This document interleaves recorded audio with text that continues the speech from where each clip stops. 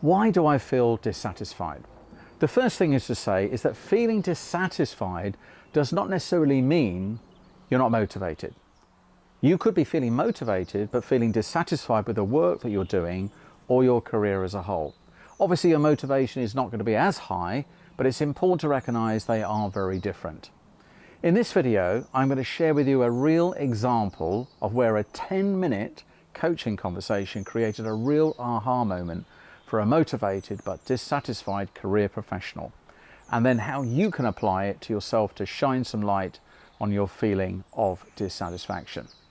More often than not, the real root cause of feelings of dissatisfaction, beyond things like lacking confidence, imposter syndrome, perfectionist pattern, is a misalignment of values.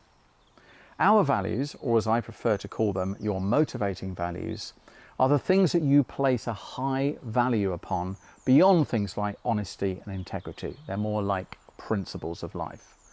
I'm referring to those values that are an open expression of how you like to work. So for example, let's say that you value autonomy.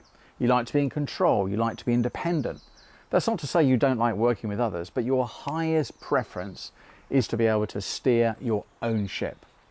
Now, let's say you were working in an environment which was very controlling and there was strict reporting structures, or you felt you were being micromanaged. This would be a massive big turn off for you. Even though you might still feel motivated to achieve the goals, you won't necessarily enjoy the working environment. Now, to give my own example, I place a very high value on variety. I much prefer to look into my diary and see that I have a variety of different projects. The idea of doing the same kind of work in the same place with the same kind of people would be a massive no-no for me.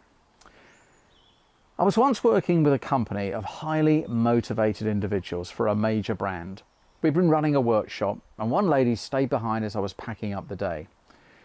She said to me, "You know, Martin, it's so frustrating for me, but I just don't feel that happy. This is a great company, it has some great people, but I just feel, well, dissatisfied."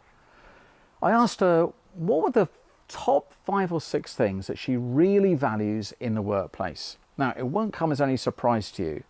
When I asked her to score each of these on a scale of 1 to 6, a high score meaning she was experiencing them every day, they all scored very, very low. Now, we both agreed it's not the organisation's fault, nor is it hers. She has just taken a turn in her career where she's found her own values were misaligned with the way this business operates. She had come from a very entrepreneurial background into a very structured, controlled corporate brand, and she felt she couldn't really express her creativity or entrepreneurship. 6 months later, I discovered that she had left and started another business, and most importantly, she was smiling again. So if you're ever feeling dissatisfied with your career, your job, the business you just maybe started, take this short exercise. You will quickly discover if the source of your dissatisfaction is to do with values misalignment. Of course, there could be other reasons, and I meet plenty of people who've joined our courses because they're feeling that way.